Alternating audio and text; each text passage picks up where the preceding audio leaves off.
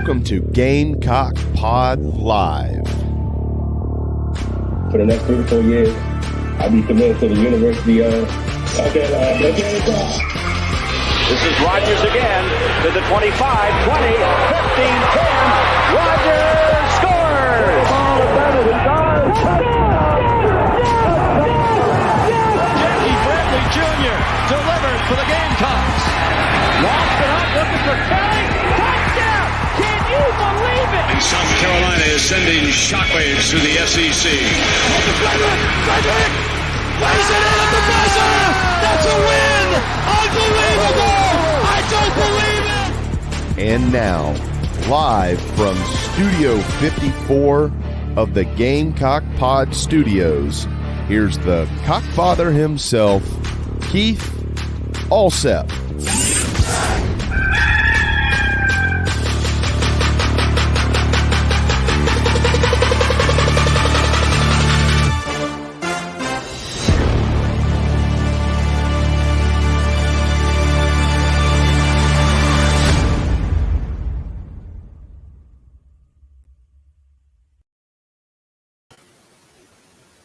All right, everybody, welcome into the May 10th edition of Gamecock Pod Live, episode number 1218, where we took a vacation day yesterday after my wedding anniversary. And so let's jump right in with our Nana's Porch news, notes, and headlines, brought to you by Nana's Porch.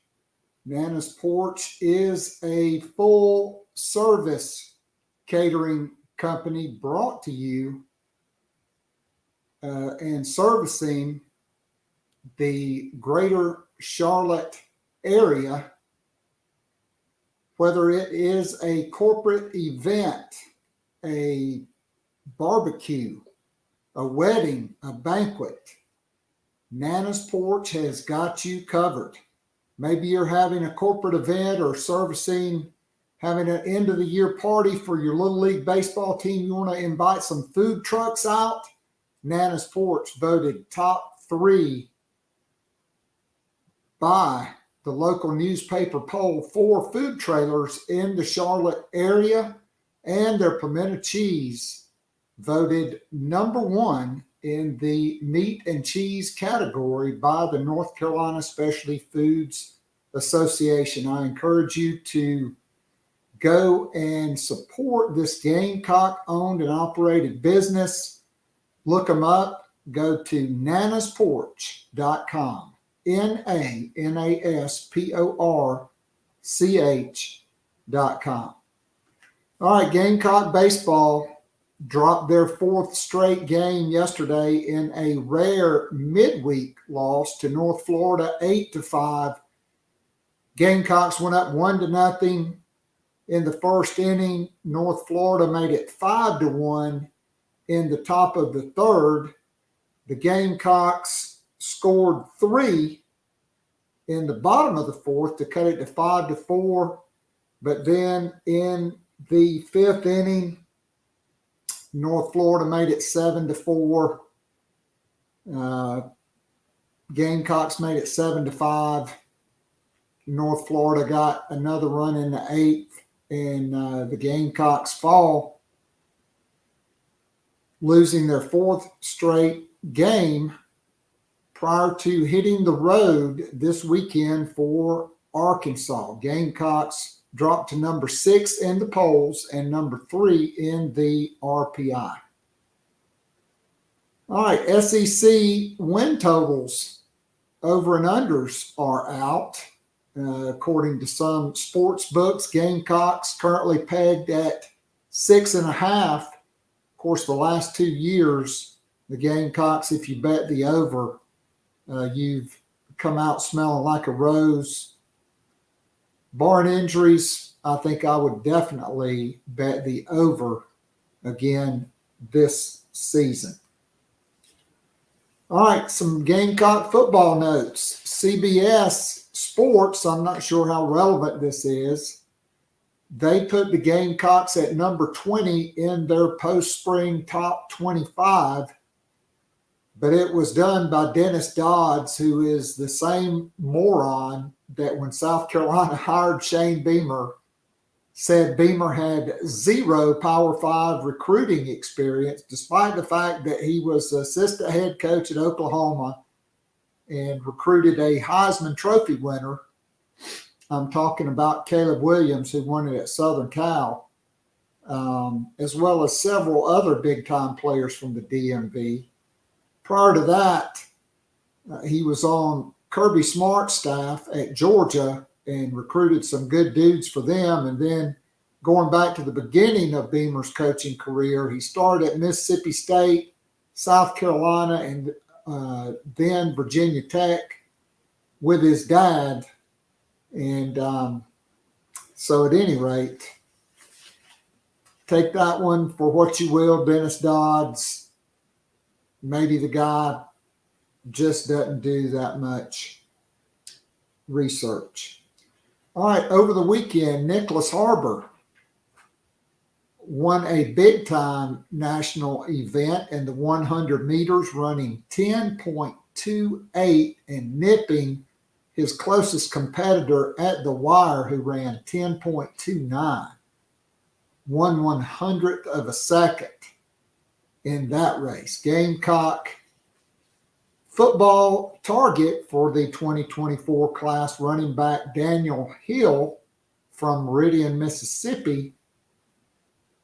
Over the weekend, he wins the state championship in the 110 hurdles and the 300-meter hurdles.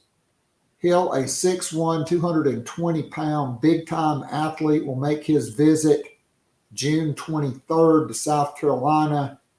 Gamecocks may be tough to beat there, but you never know until they make all their visits.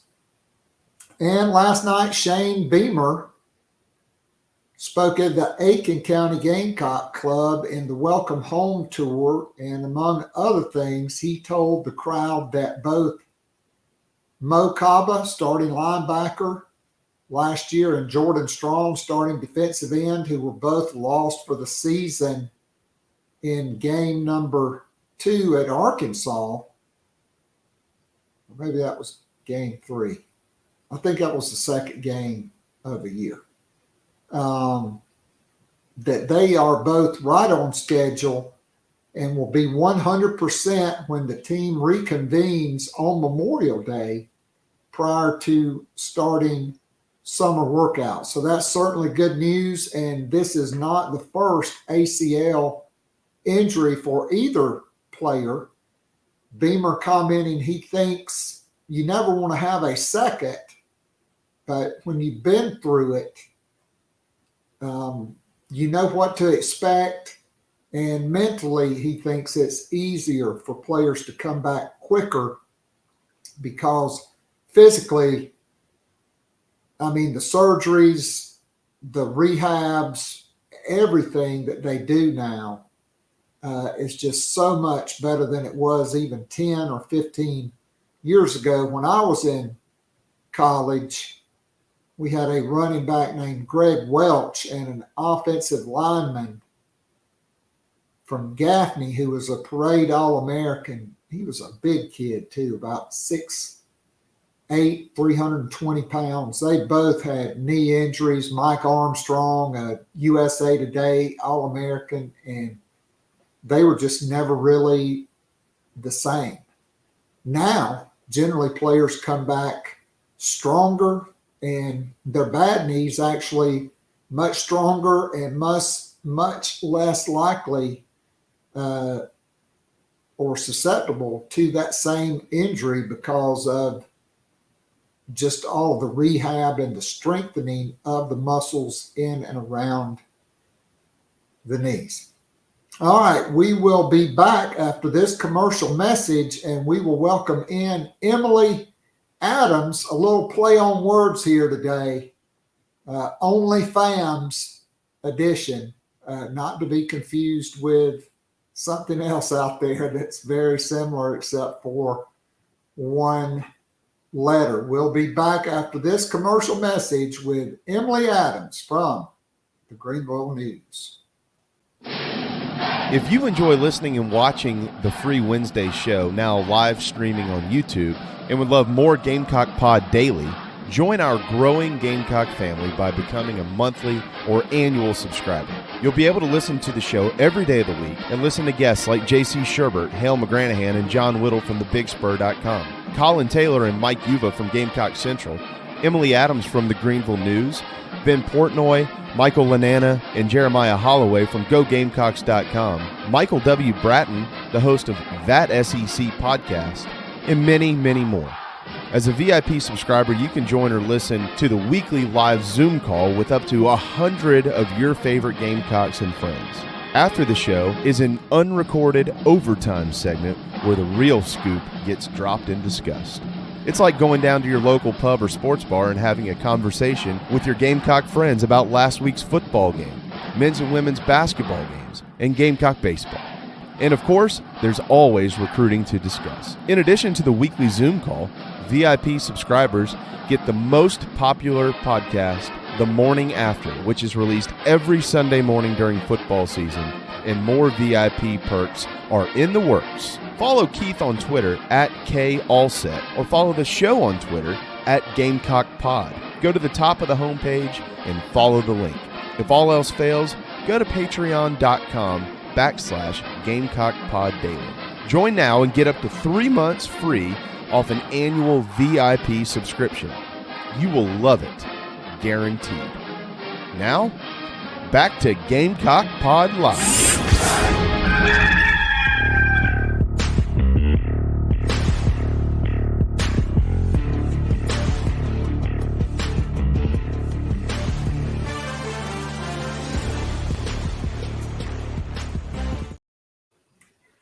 All right, welcome back into Gamecock Pod Live, and let's spruce up this thing and bring in one of our favorite guests, Emily Adams from the Greenville News, resident Philly native and fan, and hats off to my favorite coach, Doc Rivers, and the Sixers, who quite frankly should be home for the holidays or the summer by now, but because my Boston Celtics have the worst coach in the NBA, Philly now leads 3-2 after just blowing out the Celtics last night, who looked like they gave up after blowing Game 4 in Philly, which should have given them a 3-1 lead. And so the Eagles march on.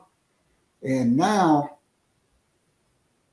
the 76ers with MVP Joel Embiid and Doc Rivers could be marching on against the number 8 seed, in all likelihood, Miami. That's got to make you and Dawn Staley very happy. Yeah, I always tell people I am resistant to believing in the Sixers. I've been hurt too many times. But I mean, after that game 2, I didn't feel good, and after last night, I feel much better. So we're on the upswing, but so I'm cautiously optimistic. Well, you ought to be extremely optimistic, because you've got on the other sideline Clueless Joe is what I call him, not Shoeless Joe as in Shoeless Joe Jackson, but Clueless Joe Mazzulla, who doesn't understand you have to call a timeout and set up a play at the end of the game and not let your star player wait until there's 1 second to go on the clock before he passes the ball. Yeah, that was an interesting choice that was made. not necessarily what I would have done, but I'm telling you, you could have hired an empty chair, and the empty chair would make better basketball decisions than this guy. But at any rate, so how have you been? What's been going on? Kind of after spring practice, a little break from the grind, I guess, unless you're following Shane Beamer around to all the welcome home events. Yeah, I know he's been all over creation. Yeah, it was really just a lot of that. The portal's been the big news on both sides for football and basketball is kind of the big thing. I feel like we've been following since spring football wrapped up. So that's been kind of my main focus. But snuck some vacation time in there as well, which was much needed. Well, good for you. And so some transfer portal notes, and on our commercial, it talks about our weekly Zoom call, which is the Garnet and Black Town Hall, which will be tonight. And Emily, quite frankly, I was expecting at least one or two welcome homes by now from the transfer portal.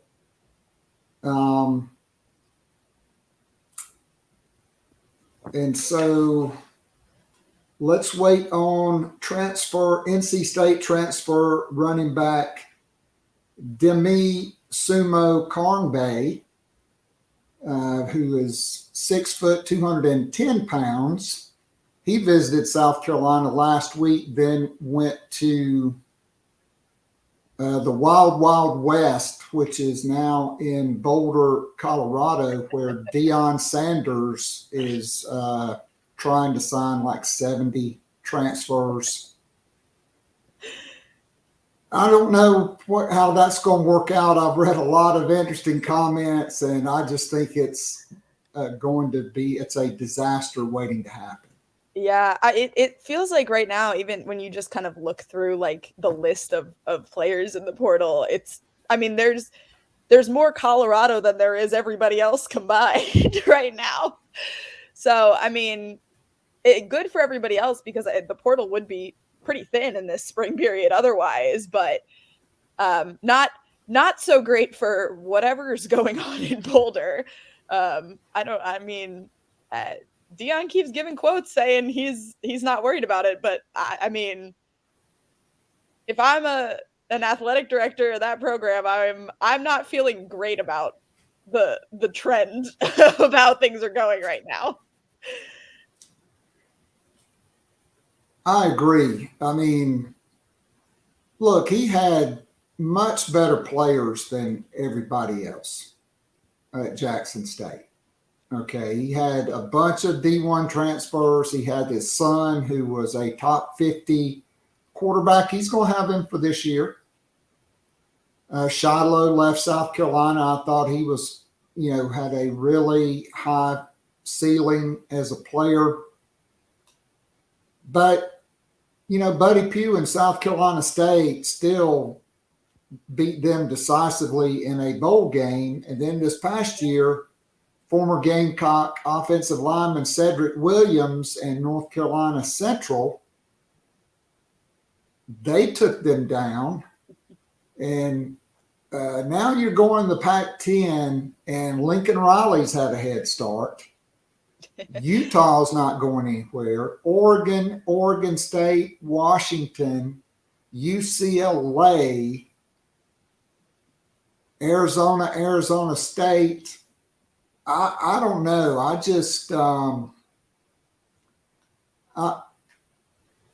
think it's probably going to be a 3-9 or 4-8, depending on what their conference schedule looks like, which is just what it always looks like out there.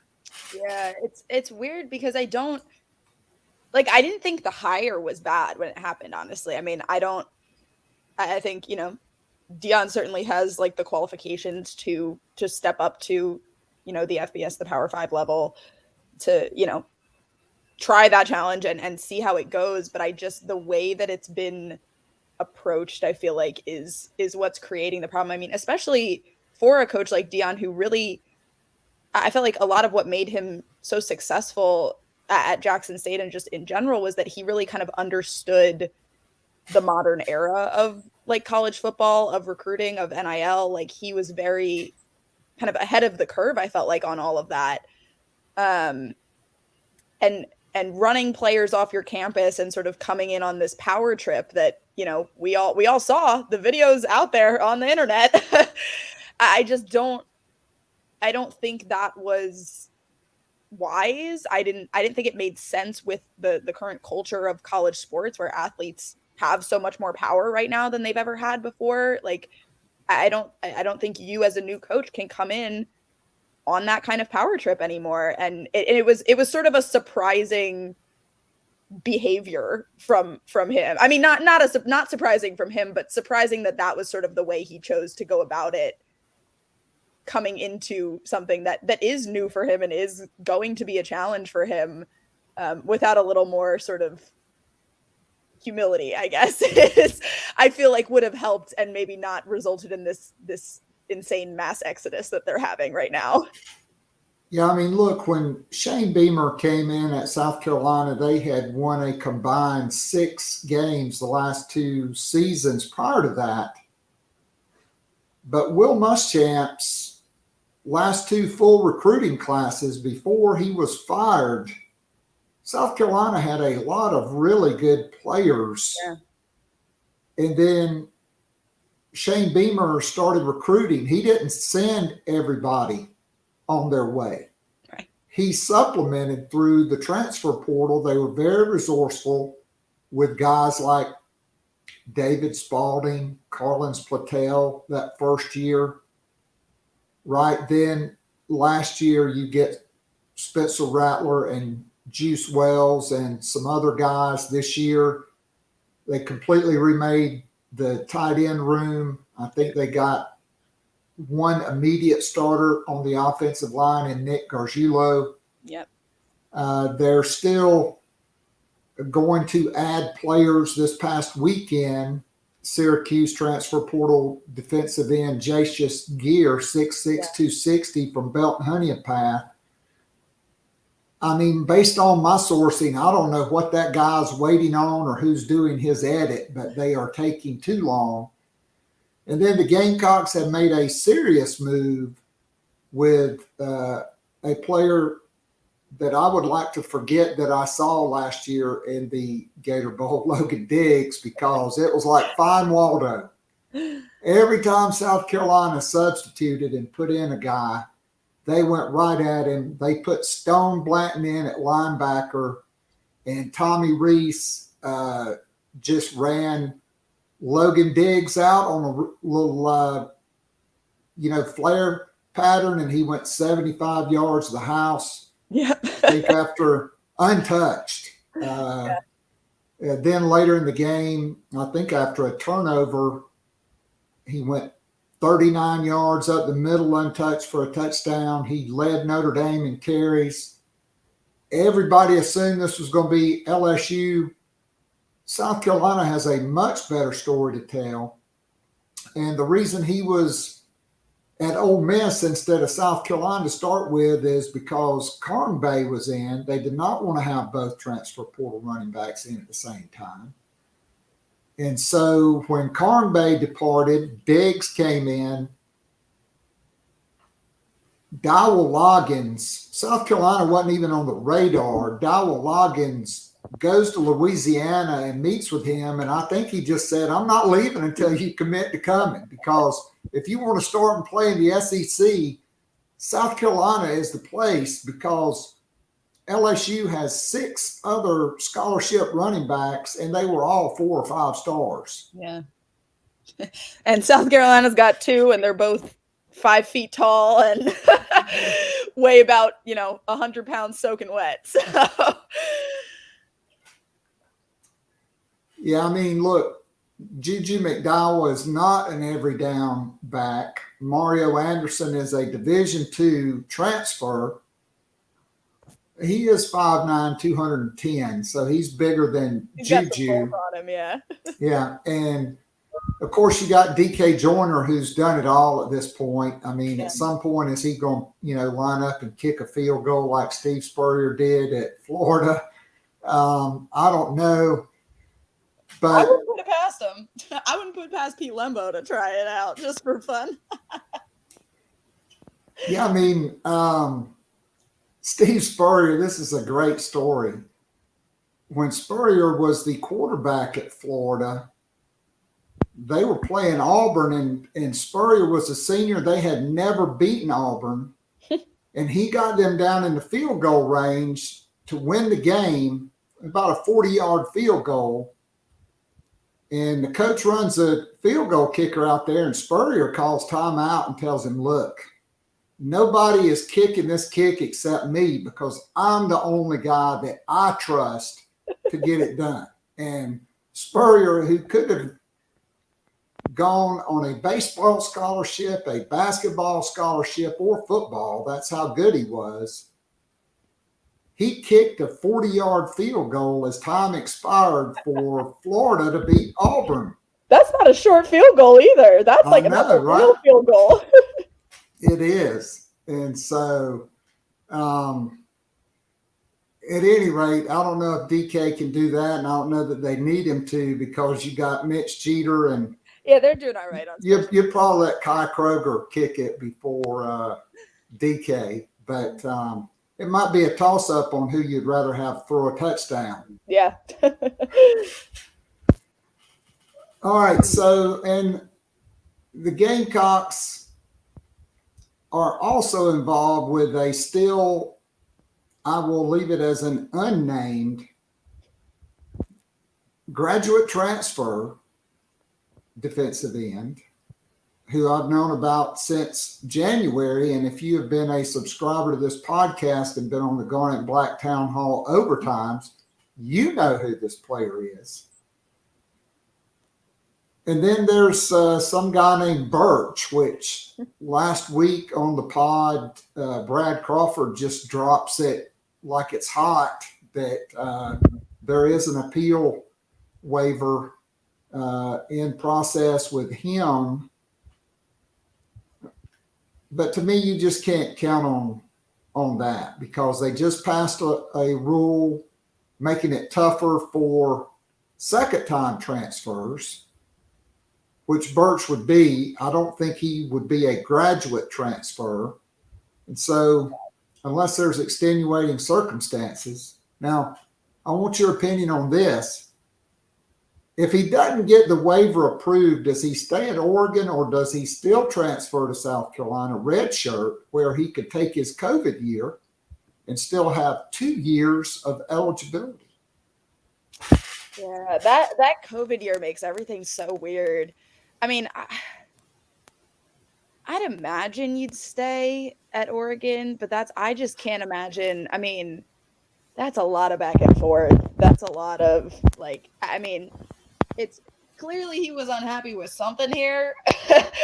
So it just seems like if that waiver is not approved, I feel like it would be a strange choice to come back anyway. I mean, nothing would shock me at this point because I mean, it was shocking even that whole process was, being explored. So, I mean, nothing would shock me, but it would definitely not, it's not what I would expect per se. I don't know if he was that unhappy or he just got promised a big bag to go to Oregon. I'd say that may be more likely. So shout out to my guy, Stefan, who is currently in the Nana's Porch chat box. He is a new father. His daughter, Piper, is not home. And so he's listening. And he is a mainstay in the Garnet and Black Town Hall. And so Stefan, lift Piper high, and we'll try to keep this as the Disney version of the podcast today. I love it. So obviously, kind of a play on words here. I don't know if I should have done it, but FAM's only edition of the show, not to be confused with the one letter separating it from an adult website, allegedly. So let's talk about women's basketball. We talked about the transfer portal. Obviously, Aliyah Boston, she got her first Adidas commercial. Yeah. made that signing official. She is now the highest paid WNBA rookie on or with the Adidas brand. Yeah. And so that was big. Yeah. And it's cool. It's been cool to see just with Indiana in general. I mean, they have really like rolled out the red carpet for her, which has been really cool to see. Like, you know, it seems like their first preseason game went really well for her, but I mean, just in general, like all of the social content we've gotten with her, they've been very, you know, engaged with sort of the online women's basketball community, which has been, I think, is good for the franchise that is sort of trying to build itself up from ruin over the last couple years here. So yeah, it's been cool to see just kind of the level of attention and exposure that she's gotten from the Fever specifically, and sort of that superstar treatment that, I mean, she's obviously more than earned over her time at South Carolina, but it's been good to see that sort of actually come to fruition for her in the W. Yeah, I mean, just how beautiful is that smile? The blue braids. Yeah, I was gonna say we got a new hair color this week. The braces are gone. The smile is incredible. Her and Zia Cooke both. And so we're going to kind of reset the roster here today. So Gamecocks lose the Freshies, who were 131-9 during their 4 years at South Carolina. 5 of those losses coming in the 2021 season, which was still pandemic-y. The NCAA tournament was held in San Antonio, and essentially you had to be a family member or a VIP to even be in the building. Yeah. Until the Final Four. Then they moved the media down on the floor, and there were fans there. Of course, that Gamecocks lost a heartbreaker to Stanford that day. So out, let's go with the out first. Obviously, out Aliyah Boston, who will be an icon. Zia Cooke, Breal Beal. All right, you lose them. You also lose Victaria Saxton, Kierra Flecher. Like she's doing quite well in Fever training camp from what I've seen and heard, which is interesting. She was kind of my big question mark of that group in terms of actually making a roster. But I mean, they seem excited about her so far, which bodes well early on, at least. So the college game and the pro game is so different because of the defensive 3 seconds. You can't just stand in the lane with 3 people or 4 or 5 at times, like South Carolina faced, both with Asia Wilson and with Aliyah Boston. By the way, who has back-to-back generational post players like that? I know my guy, Coach Don Meyer at Lipscomb in the late 80s and 90s, had back-to-back college basketball. They were NAIA, so they were not NCAA, but had back-to-back post players that scored more points than anybody else in the history of college basketball. Sure. Why not? The Lipscomb was prolific, but so you losing 7 players. You're bringing in, I guess, 5 players, technically 6. Chloe Kitts is coming in, and so I'm just going to go down with some player rankings because South Carolina is ranked number 8 right now by ESPN because, well, maybe they don't keep up with the rankings. So in the 2020 class, you add Camila Cardoso, 6'7". This will be her third year on the team. She was the number 5 player in the country that year. She was a walking double-double at the end of the season coming off the bench. And I can't wait to see what her production will be like per 32 or minutes per game, because she never played that much. Yeah. And little nugget here. Before the WNBA draft, the team with the number 2 pick said, hey, if you jump in the draft, we will pick you. And so and she said, no, thanks. I'm staying at South Carolina. So the Gamecocks in the transfer portal bring in 2 players from that class, both because of the COVID year, and the same with Cardoso, still have 2 years of eligibility. That is the number 11 player, Tahina Pow from Oregon. I just love that. Pow. One of the probably the top 3-point shooter in the transfer portal. 3 years All Pac-12, twice first team All Pac-12, and shot almost 43% from 3. And Emily, she made almost half as many threes by herself as South Carolina's entire team made last year. South Carolina made 163 threes in 37 games. She made 81 in 2 less games. Yeah, So, it's remarkable now looking back at some of those 3-point numbers. You go, how did this team win that many games? I mean, they just could not shoot a 3 to save their lives. yeah, I think that's getting ready to change. It seems like it. Yeah, and so the most recent transfer portal addition, Sakima Walker, who was not that highly rated by ESPN, but she was ranked as high as number 21 that year by the All-Star Sports Girls Report, one of the more reputable college scouting services.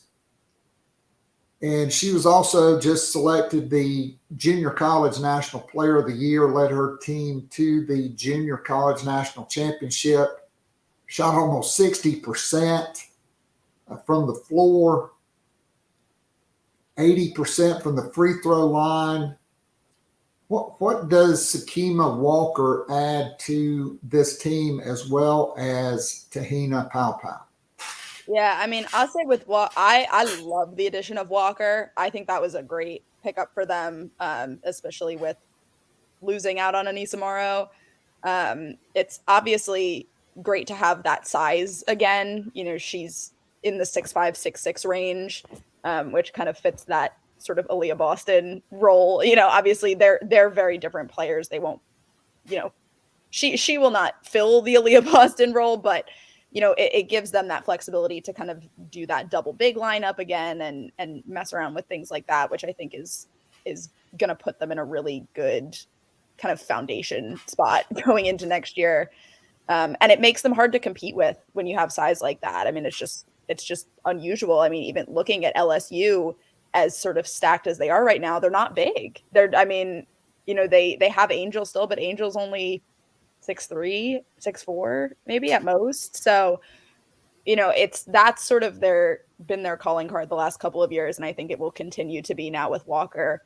I love that she has a 3-point shot, which is unusual, obviously, for a player of her size. And she hasn't shot a ton of them. The sample size is small, but she clearly can make them. Is capable of when she gets a good shot, she's going to take it, and it's probably going to go in based on her numbers last year. So I think that's a really big deal, especially in terms of, being able to play some of that high-low post with Camilla, being able to stretch the floor out there and counter some of those issues we saw in the Iowa game. I really like her skill set. I think she's really interesting. And I mean, that program down at Northwest Florida State, they produce a fair amount of Division I and Power 5 transfers. They had last year Poa, who's at LSU now, is a Northwest Florida alum. Is a player at Illinois right now who's a Northwest Florida alum. I mean, they're all over the place. So that's a really strong junior college program to be coming out of.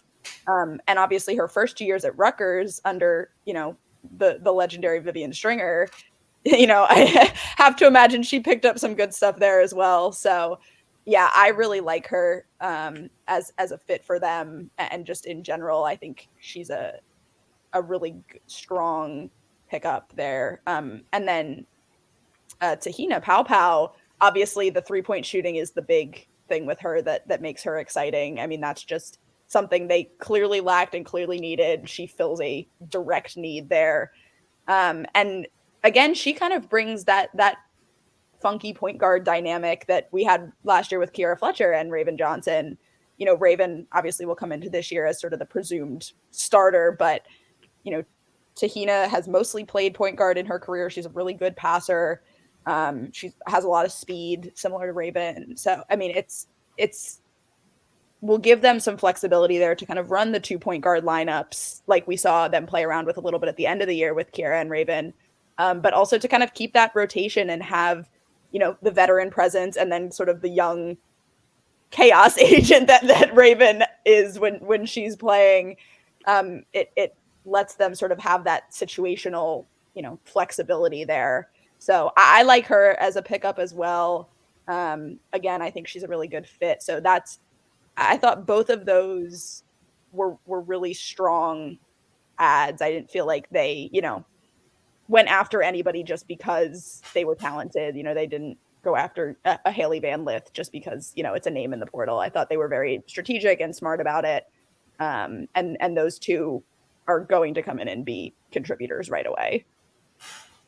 Yeah, I mean, this will be a leaner, more traditional Dawn Staley roster. Like 12 or 13 has normally been the ceiling for her. Obviously, you had more than that the last couple of years because of COVID, and depending on how many they signed for the class of 24 and players, even though they may be seniors with eligibility remaining, it could do that again.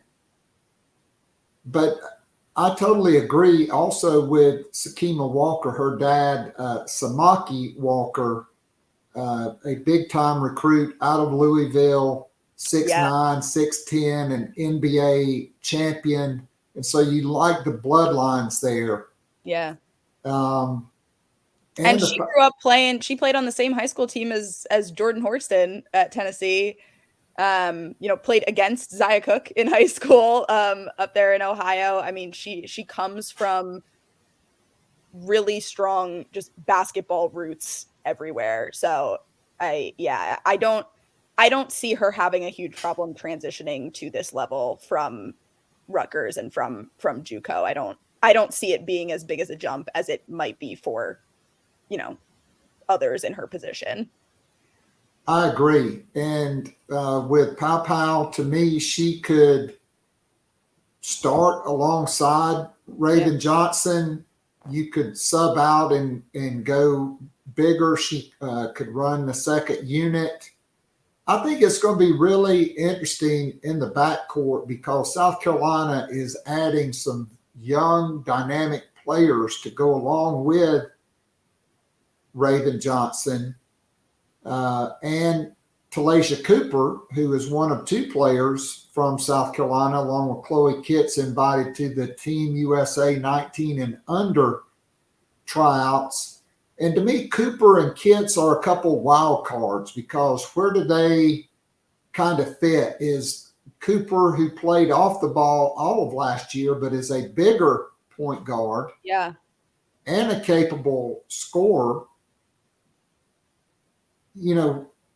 What does that do with your rotation when you are also bringing in, by the way, 9 McDonald's All-Americans on this roster? I challenge anybody to find a roster in the country 1 through 7 above South Carolina that has as many or more McDonald's All-Americans in it would have been 10 if Chloe Kitts stayed in high school. Yeah. I think the big thing with South Carolina is just going to end up being how it comes together and how long it takes for that to happen. I mean, I think it's going to end up being a situation sort of like, I think we saw it this year with Maryland and with Tennessee as well, both teams that, you know, had a ton of talent, and it just kind of took a couple months for it to all click and for everything to work and for them to sort of sort out those rotations and roles and all of that. And it wouldn't surprise me to see some of that earlier in the year from South Carolina. I mean, obviously, you know, a lot of the returners have played together for a couple of years here, but you know, you're still returning only 4 that played, you know, 10 minutes a game this year. You're not returning any starters. I mean, none of these players other than Pow Pow have ever started in a Power 5 game. You know, so it's actually, I guess Raven started in a couple there at the beginning of the year, but you know, consistently, none of them have ever had to take on that sort of role and responsibility. And so that is something that's going to take, it's going to be an adjustment, and it might be slow and a little ugly in the beginning. And I think that's going to be the big thing, I think, especially just like for fans to remember is, you know, let it get to SEC play before you hit the panic button, I think is going to be my rule for next season. You know, I think, because again, I mean, it might click right away. It might just gel and work. And it very much might not. And it might be a couple months of some bad basketball. But it's also a situation where I think they're all talented enough on paper. And, you know, Dawn obviously has been in situations like this, is, you know, one of the best coaches in the game right now, one of the best, I think, personality managers in the game, alongside, you know, it's, I think, you know, Kim Mulkey puts on a masterclass in personality management a lot of the time, but I think, you know, Dawn's ability to keep the buy-in, you know, from the bench, from players who are not getting the minutes that they would and probably should anywhere else, is a really unique ability that I think, you know, especially in the transfer portal era is really rare. So it would not surprise me for it to come together quicker than most, but I think it will, there will be a learning curve for sure over the first month or so. All right, so Cardoso was the ACC Defensive Player of the Year and first team as a freshman starter at Syracuse. She's pushed her ego to the side, but to me, the key to this season is going to be the 2021 class, which is Raven Johnson, who was the number 2 player in that class behind Azzi Fudd, who, quite frankly, has probably done more in less time than Azzi Fudd has because of injuries. Sanaya Fagan, who was the number 4 player in that class, who Dawn Staley called the most talented post player on the roster last year. Yeah. And she said that included Aliyah Boston. And then Breezy Hall, who probably played more than either one of those players. To me, that's going to be a big key because to me, that's three starters along with Camilla. Yep. And then who, you know, is the other starter? Is it Pow Pow?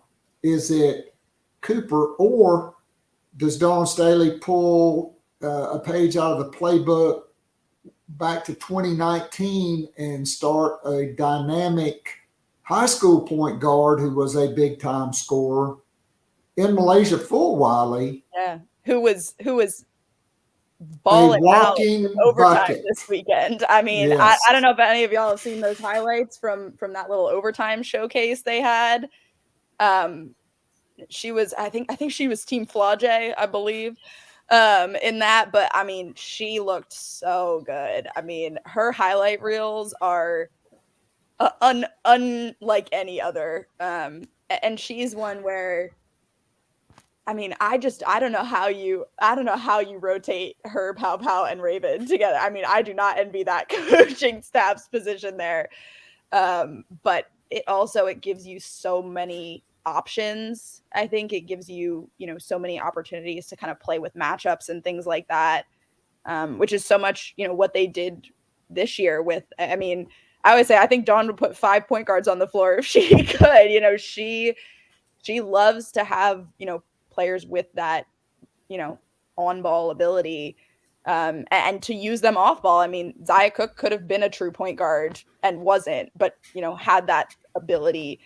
LA had point guard ability, even though she was, a forward on the roster. So, I mean, I think if there is a coach that can navigate having, 3 point guards, all of whom would start for a different team, I think it is Dawn Staley.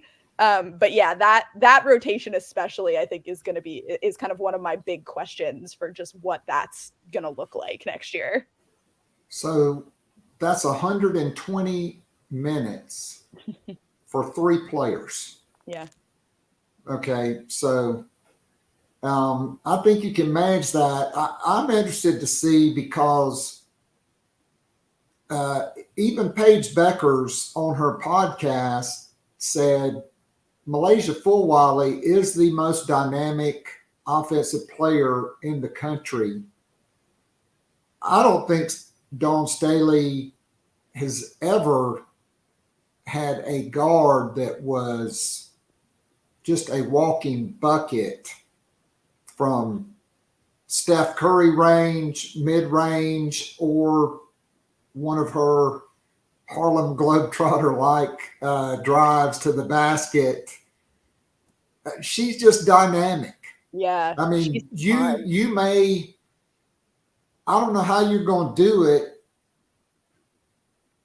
Maybe Pow Pow does run the second unit, or,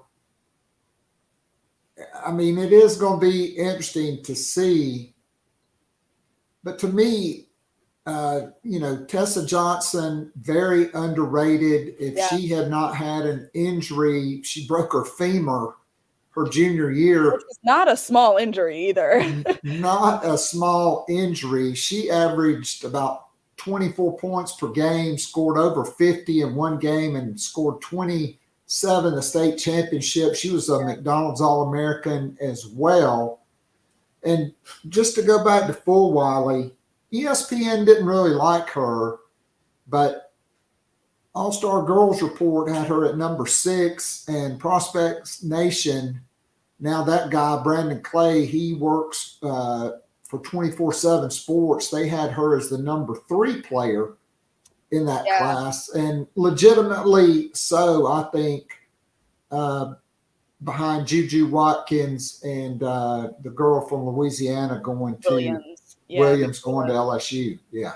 Yeah, I think with Fulwiley, I mean, it was the one thing that makes her tough to evaluate is just that she's a little small, honestly. I mean, I think, ESPN at least had her listed at like 5'6", 5'7", which, she might be a little bit taller than that now. I've, in closer to like 5'8", 5'9", Zia Cooke size, but still not, not a big basketball player, which I think probably hurt her stock a little bit. But I mean, I just don't. The first time I saw her play, I went, that's not a outside of the top 10 player in the country. I mean, I've just never. I mean, I've seen Aliyah Del Rosario play live when I was covering high schools in Tennessee. I've seen Angelica Velez play live. I've seen Jelani Cambridge play live. I have never seen anything like what Fulwiley does. So, I mean, I'm super excited about her. She's so fun to watch. So I think the fans are excited to get the full Fulwiley experience. And look, I've had a lot of questions on that. Will she play defense? Well, of course she will, because it will be demanded of her to do it.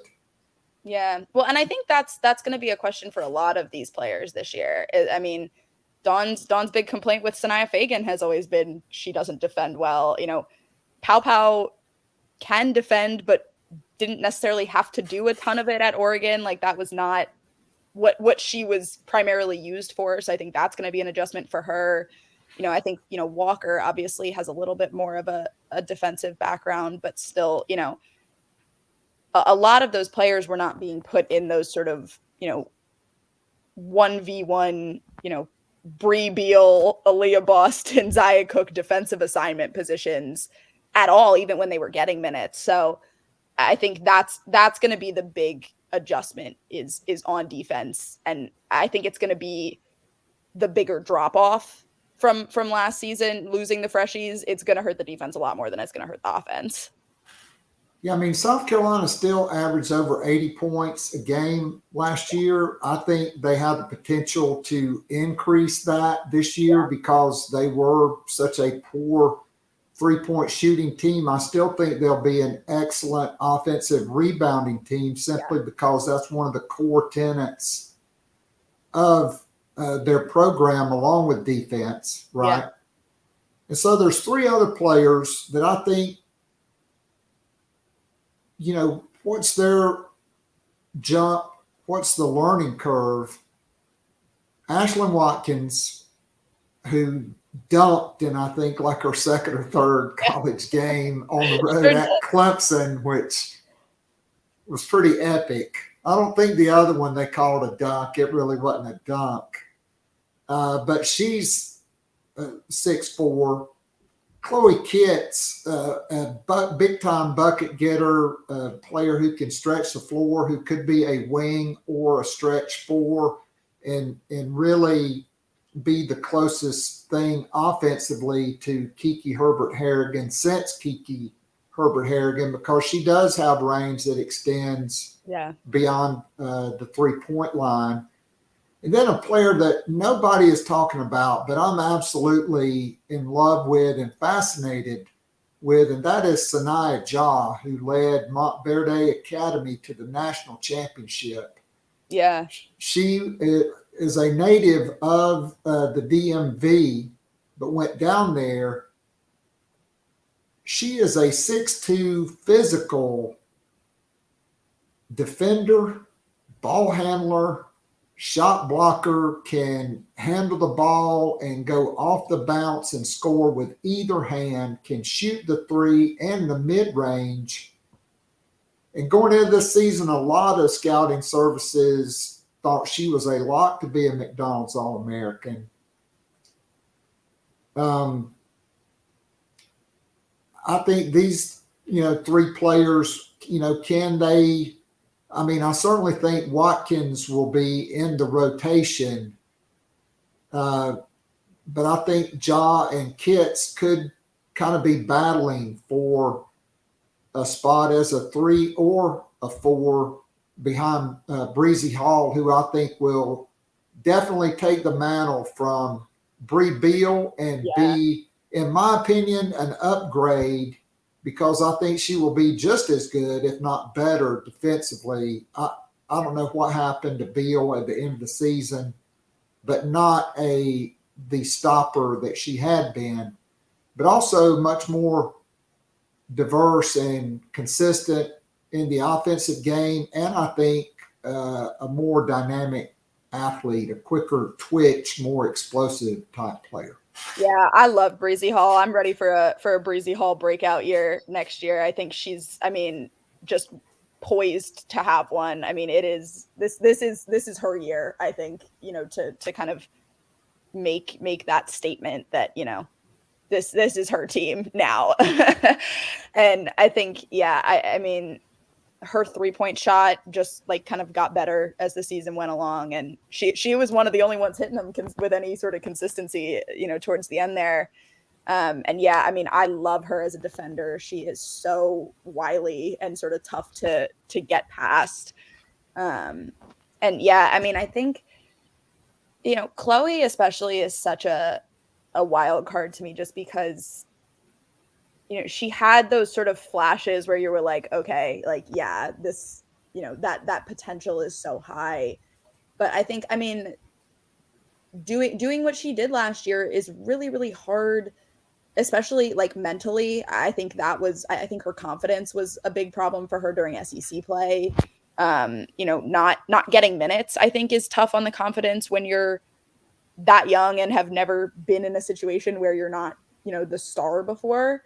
To come onto a team that was that deep in the middle of the year, it's so hard. And so I think it will definitely help her in some ways. I think in that she will have sort of gotten those jitters out of the way and has that experience and knows the system and knows the playbook and all of that. And also, having gotten the opportunity to learn from, the Aliyah Bostons and the Breal Beals and the Zia Cookes and, that whole class, I think were such great mentors to a lot of these younger players. And I think it's really good for Chloe that she got that experience. It's just, I think that's the big question with her is whether, she's going to come out and have that confidence or whether it's still going to look a little shaky next year. And I think it really could go either way with her. So I think if she has that, like if she can kind of get the mental game in check, I think, she has the potential to be really, really impactful next year in a lot of different ways. I agree. So my projected starting lineup, I mean, look, it's different in football because football, they have a depth chart. Yeah. Basketball, it's a rotation, but we know Dawn Staley generally leans towards veteran players. Yeah.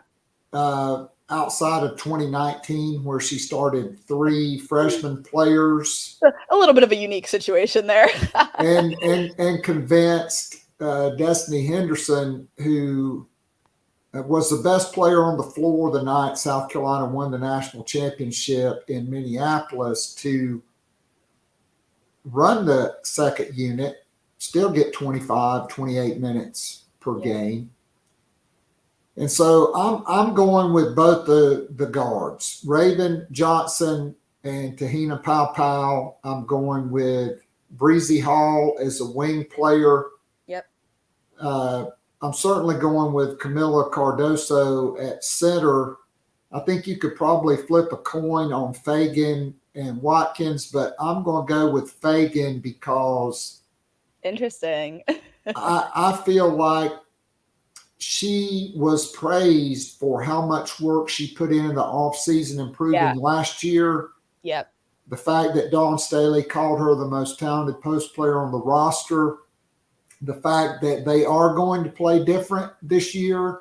Yeah. And I think adding the consistent defense is the last piece for her. That's my starting 5. What say you, Emily Adams, on your projected starting 5? Yeah, I agree. I mean, I think, Breezy, Raven, Camilla's hard because I think, obviously Camilla is the best returner, in numbers wise, Camilla obviously sort of should be the starter, but part of me wonders whether they like having her as that sort of punch off the bench and might just kind of, pop someone in that starting lineup, pop a Sakima Walker into that starting lineup and use Camilla more minutes wise, but rotate her in still. It wouldn't shock me. I'm not putting money on it, but it would not surprise me to not see her name in the starting lineup on day one. Other than that, yeah, I mean, Sanaya, the Sanaya and Ashlyn one is, I think, the hardest one to predict for sure, just because it felt like Dawn really liked what she saw from Ashlyn last year. Ashlyn played a lot more minutes. She played a lot more big minutes. Dawn used Ashlyn in a lot of really high stakes games and high pressure moments. And she delivered a lot of the time. I was really impressed with just kind of her composure as a true freshman, really kind of being thrown off the deep end there. And I think she's one who you saw develop a lot throughout the season. I think she was one who really, especially with Aliyah, was like a sponge. Just, every word Aliyah said, she was hanging on to, which I think can only serve you well, going into potentially being a starter. So I really think it's going to come down to whether Sanaya's defense gets to a place by the end of the summer where Dawn is happy with it. I mean, I think that is the number one deciding factor, because Ashlyn isn't, an elite defender by any stretch, but she was more consistent with it than Fagan was for sure last year. And so I think, if, especially early on, if Dawn is looking for that sort of reliability defensively, I think it's going to be Ashlyn. If she's willing to kind of let Fagan figure it out on the court, it would not surprise me to see either one of them get out there. And I think we might see a little bit of what we saw with Kierra Flecher and Raven Johnson at the beginning of last year, where, Raven started a couple games, Kierra started a couple games, and then it kind of became Kierra's job. That would not surprise me either, to see some of those, early non-conference games, her sort of mess around with that lineup a little bit and try it out a few different ways before kind of settling on a true starter there. I think Watkins can be an elite defender. Yeah. I think Fagan can be a good defender, but a dynamic offensive player. And so I could see it going either way. If you start Watkins, I definitely think they're going to start Camilla. I think she was waiting for Aliyah, and, who's to say she's not in the Naismith National Player of the Year discussion or the number one pick discussion, particularly since this past season, the team with the number 2 pick wanted her to jump in the draft. Yeah. And then I could see if you start Watkins, full Wiley and Fagan as that bench punch. Yeah. Definitely not changing the pace, but just being different. Like, I think, you are leaving a point guard out there, so Malaysia can do what Malaysia does best, because you're still going to have really good defensive players in depth, and that doesn't count. Cooper, will she be a 2 or a 3 or a 1 potentially? And then Kitts, she could kind of be not an LA in that she could play point, because I don't think she can, but I think she could be a 3 or a stretch 4. Yeah. Kind of like Kiki Herbert Harrigan, like with the range to extend there and free it up in the post for just one player. Yeah. Because you won't have Victaria Saxton crowding in every time, Aliyah Boston caught it at the nail, and not leaving the post open. Yeah, I think that's what's going to be interesting to me. I think, especially, is seeing who becomes that sort of that energy group off the bench, as they were calling it last year. Because I mean, that whole group is probably going to start. That Camilla, Raven, and Breezy are going to be sort of the anchors.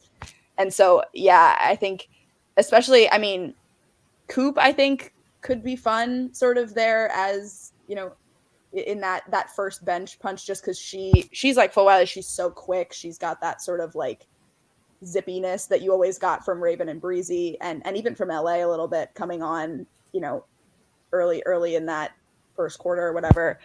But yeah, I think full Wiley we will definitely see in that rotation too. Obviously, I think she might take on a little bit of that Raven role of just sort of creating chaos in that sort of way, that because I think Raven, with the way that she passes, it was always made her so difficult to defend and made that transition so difficult to cover. And with Malaysia, it's just her handle. I mean, it is the way that she moves and drives is so different from, I mean, just anyone else that is out there right now. And it's that is something I think will take her a little time to adjust and adapt to the college level, just, with the way that defenses are different and the way that defenders are faster and more skilled. But I mean, she's out here playing against Joyce Edwards in high school and going to these like overtime showcases and things. Like she is no stranger to to talent. So I mean, I think she's going to be really fun in that role as sort of their creator of chaos to flip a script once the starters start to slow down. So I will go back to 2019, 2020. Zia Cooke was the leading scorer on that team. Yeah. A lot of people don't remember that. Right. And I think Fulwiley is even more dynamic player. Zia Cooke, she went viral on Instagram because she broke that girl's ankles and she just fell down, and a bunch of NBA dudes started liking it and sending it out. But Fulwiley on the main, I mean, whether it's in the McDonald's game where she scored, she went on an 11-0 run in 2 minutes by herself. Normal. Two of those was a tip in of somebody else's missed shot. Or whether it's at one of these events or the Steph Curry showcase where she was paired with Juju Watkins. I mean, she, in my opinion, is or was the most dynamic high school scorer in the country. Yeah. Do you throw her out there with Raven, Breezy, Camilla, and either Watkins or Fagan in that starting lineup? To me, that's the biggest question mark, is what is Fulwiley's role, because she is so dynamic offensively. I just think she's the most talented perimeter player maybe to ever come in to South Carolina's program, especially in this century, as a dynamic scorer. And she's kind of like Pete Maravich, who probably nobody remembers that's listening to this, but when that dude came over midcourt, he was open, and it was in his range. Yeah. He scored 44 points a game at LSU, and there was no three-point line. Yeah, I mean, it's the Caitlin Clark of it all, really. I mean, that is such a, like, it's like a trump card. I mean, if you have a player who can just shoot and hit from anywhere, it totally changes the way that, teams have to play defense on you. And that's why I expect to see Fulwiley come off the bench more so than I would expect to see her start, because I think what she brings is similar to what Raven did last year, but also sort of similar to what Camilla was off the bench, was just sort of a surprise that threw off the defensive lineup and forced you to change your scheme and the way that you were handling them, just because, throwing a 6'7" player in there suddenly alongside Aliyah Boston, makes you have to make adjustments on the fly. And I think that's what Malaysia is able to do, is force teams to make adjustments on the fly to the way that she's able to shoot and the way that she drives and the way that she moves. So I feel like that is sort of the ideal, most effective position for her in year one, is to, be able to get adjusted off of the bench and not have that pressure of starting, and to be able to make just as big of an impact, I think, coming off of the bench as she would, in that first lineup. Yeah, so I don't know who in all South Carolina is going to play in the non-conference, but there are two games that will probably be Monday night, Big Monday on ESPN for certain. And that is when South Carolina plays UConn with AZ Fudd and Paige Beckers. Hopefully better knock on some wood there. Those and Aliyah Edwards. Yeah, if Gino can keep them healthy and not play them, 39 minutes a game, which he will. And then LSU. Everybody is going all in on LSU. And they did win the national championship. All credit to them, although they kind of backed into it.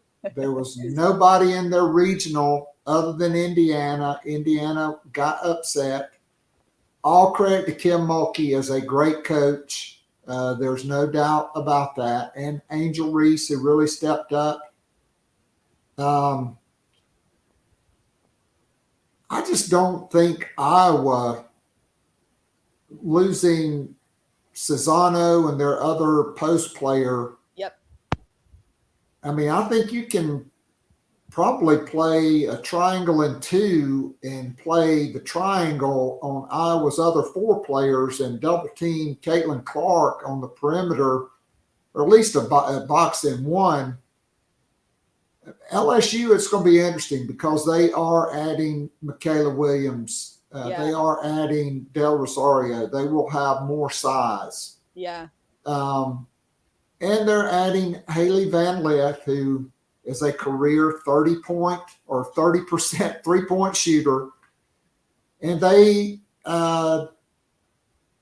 somehow convinced Anissa Morrow not to even visit South Carolina.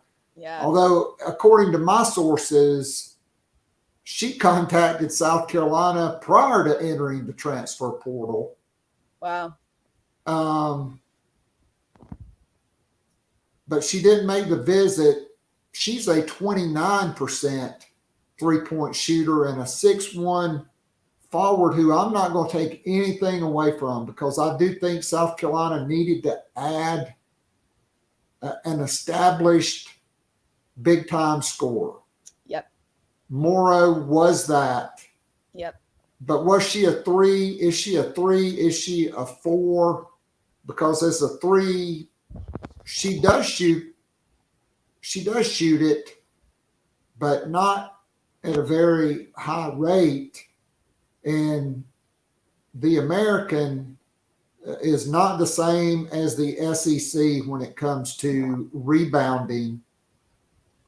And so, look, she's going to LSU. Like we said, they still don't have a lot of size outside of Del Rosario, who.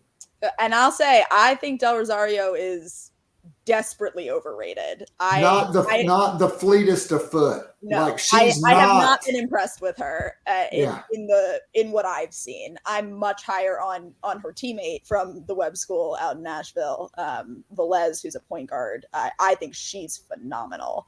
But yeah, I mean, it would not surprise me to not see Del Rosario live up to the hype. Yeah, I mean, I think that's why you kind of saw South Carolina.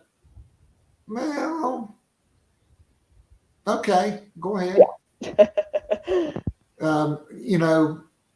Look, I hope she's in the game with Camila Cardoso, because we know how Raven Johnson loves to throw the ball ahead to Camila, who most certainly will be watching more this year. Yeah. That's a layup or a dunk, whatever she wants on that, because Del Rosario not very, fast. Yeah. Kind of like Big T from Mississippi State. Yeah.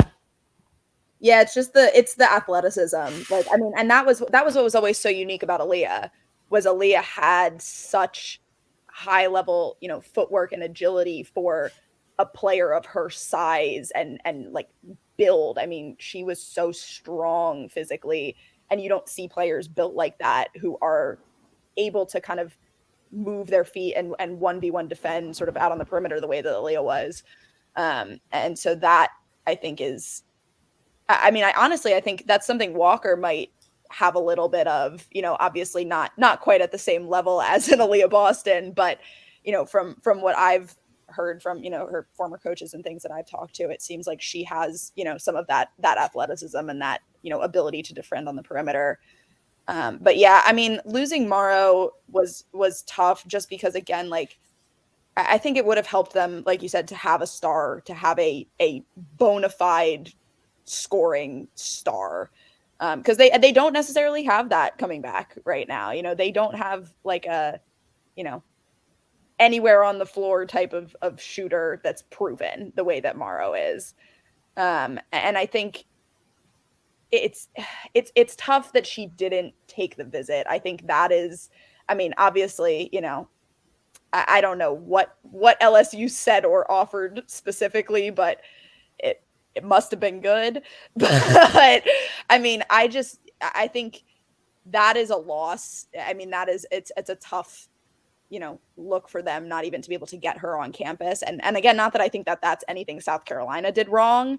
But getting beat out like that is tough to not even, really get to make your case necessarily. I mean, that LSU team is so interesting to me because they're either going to be unbeatable or they're going to really flame out like a couple months in. And I really feel like it could easily go either of those ways. Like I don't have a strong sense of which it's going to be. But like Morrow going to LSU just didn't make sense to me basketball wise. Which is why it was a little bit of a surprise that she ended up not taking that visit, just because like she's at best the third best player on that team, right? I mean, behind Angel, behind Van Lith.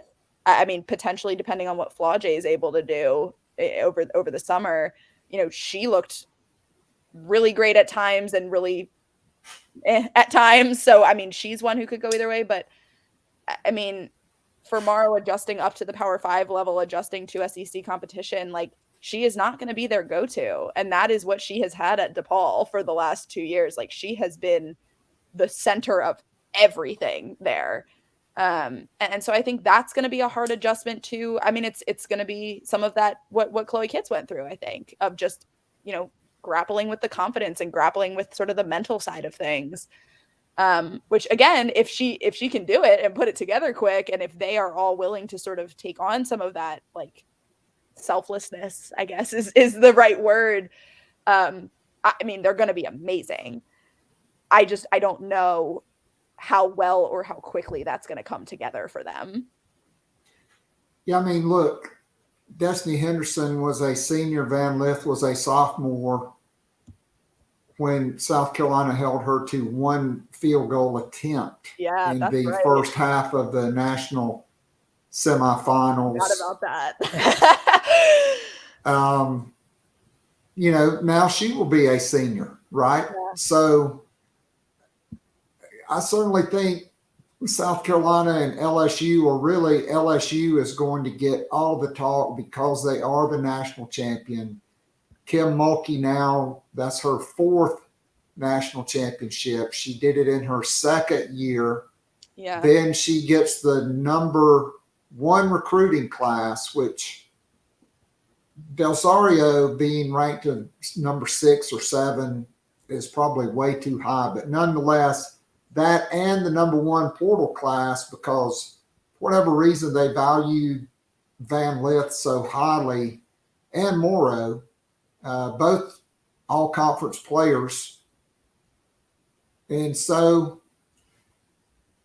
I think that takes pressure off Dawn Staley, because for the last 3 years, it's been national championship or bust. Yeah. And even though they made the Final Four all 3 years, they won one championship, suffered 2 crushing defeats in the national semifinals. We could have a whole another podcast on just the rotational and player decisions seriously in that game. But we won't. We'll get ready to wrap it up. But I do like South Carolina. I know I'm a homer, but I follow the sport. I've watched all these players, and I see what potential there is in a Breezy Hall for this year. And like Camila Cardoso, I think, has been waiting to take that mantle. And I think she's ready to take it. Just like when Aliyah Boston was a freshman, Dawn Staley said, hey, she is not ready this year for us to run everything through her like we could Asia Wilson when she was a junior or senior, but she will be, right? And we saw that as a sophomore, as a junior, and as a senior. Camilla, like we said, completely different player, but I think has the potential to be an 18-point, 12 rebound per game player night in and night out. Yeah, I mean, she wasn't far off of that during the tournament. I mean, I don't know them off the top of my head, but I mean, she was hitting about that throughout it. And that's the hard thing with you lose the production of somebody like Aliyah, but they have, I think, the pieces to compensate for that in different ways. You know, I think that's the biggest thing is there's really not a talent drop off per se, other than in the loss of Aliyah. I think obviously like that is the kind of player that just is irreplaceable, and that you aren't gonna see again for a long time. But I think, I mean, like I know ESPN has them at 8 right now starting next year. I think 8 is probably a little low. Like I mean, in the 5 to 6 range feels fair to me at this point. I mean, you could argue. I mean, they're definitely not outside the top 10 going into the season. That is for certain. They are a top 10 team. I think it's just going to end up being how long it takes them to gel is going to determine kind of where they fall on that spectrum, and how quickly everybody gets up to speed and handles that starter responsibility. I think so much of how next year is going to go for them is mental and is sort of team chemistry centered more than the actual basketball side of things. I mean, I totally agree. You know, the last time South Carolina was not ranked number 1 to enter the season, they were ranked number 10. And we saw how that ended with, you know, 1 loss and being the number 1 overall seed after that season. So it should be an interesting fall. I do think the roster is set. I do not anticipate any more additions to the roster. The portal officially closes tomorrow for women's college basketball. So unless something crazy happens, I don't see any more additions. So Emily, great stuff as always today. Tell us what you're working on and what's coming up. Yeah, at the Greenville News. I've been dabbling in a little bit of baseball here and there. That is obviously not my main beat at all, but you know, they've been doing so well. Had to jump in on a little bit of baseball stuff. But I've talked to a bunch of folks in Sakima Walker's orbit, so we'll have a little story publishing on her tomorrow morning, just with a little introduction for the fams to sort of who she is and the journey that she's been on. So that's been a fun one. And then, we'll have lots of WNBA stuff, hopefully, coming up soon. I'll be in Atlanta on the 28th when Aliyah Boston makes her semi-homecoming. I mean, next week will be final roster cuts as well. So we'll kind of get a sense of who's saying he's going. Kiki Harrigan, obviously, already waived by the Connecticut Sun, unfortunately, despite the really great year she had internationally. So hopefully she will end up picked up by somebody at some point. But there's lots to watch on the basketball front over the next week or two, with all the preseason games going on and stuff, kind of getting a look at the girls in their pro debuts, which is really exciting. I got to admit, I can't wait for that Indiana Las Vegas matchup with Aliyah and Asia Wilson. Don Staley's got to have that one circled on the calendar, I'm sure. Yeah, I think she'll be courtside for both of those games. If it's I don't know how many times they play, but certainly home and home. Yeah. And let's face it, who doesn't like going to Las Vegas? So especially when Asia Wilson and her family are there. And Candace Parker now too will be on the floor, which is, I mean, I'm not passing up a chance to see Candace play. Yeah, I think that was the kind of the trump card move by Vegas. Yeah. And that's a player Asia idolized. Yeah. And when South Carolina made the West Coast trip when she was there, they hung out with Candace Parker, and Candace got Asia's crush, Blake Griffin, to meet with them. So that was quite the trip. But Emily, thank you so much, as always, for being so generous with your time and great insights and analysis, as always. And we'll look forward to reading those articles coming up in the Greenville News. Absolutely. Thanks, Keith. Pleasure as always. All right.